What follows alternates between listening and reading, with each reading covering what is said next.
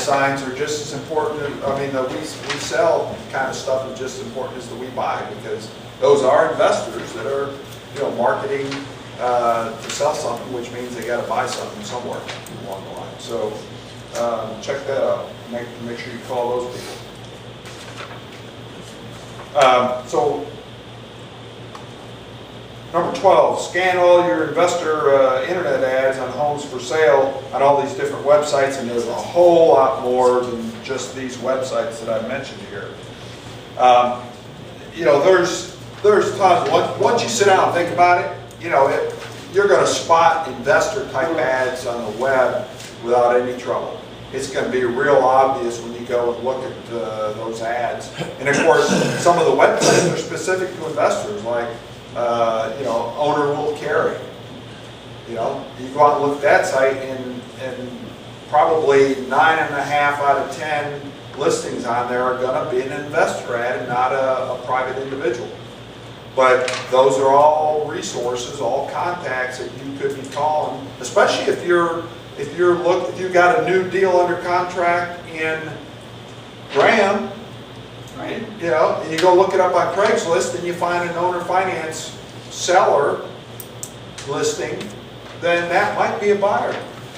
So if you sit down and start thinking about it, you're going to see that it's pretty easy to really come up with names and phone numbers and emails to help build that list. The challenge is you start getting too many of these real fast. If you don't call them or email them and get that relationship established and find out what their buying criteria is, you don't really know what it is they're after. So that part of it takes a little bit of time, but you got to go do it. You got to figure out a way to do that, whether it's you or you delegate it to somebody else. And some keywords that you might try and search on in these ads, recently remodeled or recently rehabbed. Those are some good keywords. As a matter of fact, you can do that in MLS as well. Go in and do a search in MLS with those types of keywords, and you're going to start finding the cash buyers that are buying houses in MLS. That's another way to go find your cash buyers. I think a lot of the websites will allow you to search on certain words, but some of them may not. Any questions on that? Okay, flip it over to the back side. Number 13, run an ad. You can run any kind of a handyman special ad, a blue light handyman special, a rehabber special type of ad on all the different websites out there, Craigslist, Kijiji, Postlights, all that kind of stuff. And you could have them reply directly to you, or you could have them go straight to your website if you've got a good squeeze page set up.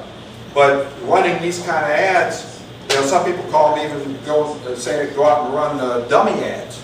You may not have a house for sale, but go run an ad, handyman special, 322, cheap, cash only, and just put your name and phone number and email in there, and you're going to generate a lot of leads from that.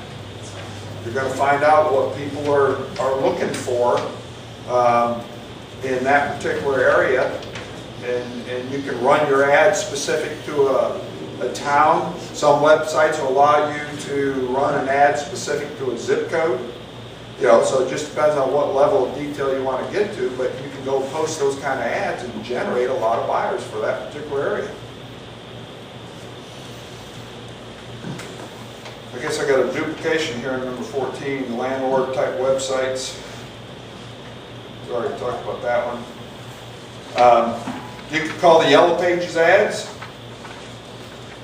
I don't. Has anybody run ads in Yellow Pages? No, but I'm about to try it. Okay. I did it several years ago. Got nothing out of it. And I've heard mixed comments from people. Some people say they've had Yellow Pages ads for a long time and they get a couple deals a year out of it. Others say, "Who in the heck uses Yellow Pages with the internet now?" People that don't have access. Right.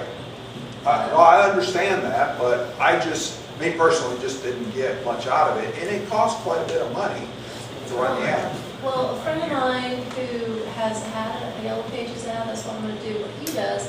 What he does is he gets, I think it's with Verizon. Anyway, you put the ad out there, you don't have to pay until somebody actually calls the phone number.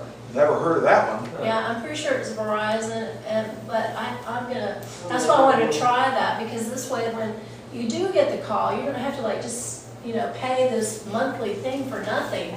But when the phone rings to that phone number, then you get charged. That's interesting. Yeah. How do they know? I read it, It's their own based phone on the number. phone number, they, They probably put their own phone number in there and then it forwards to you so that they know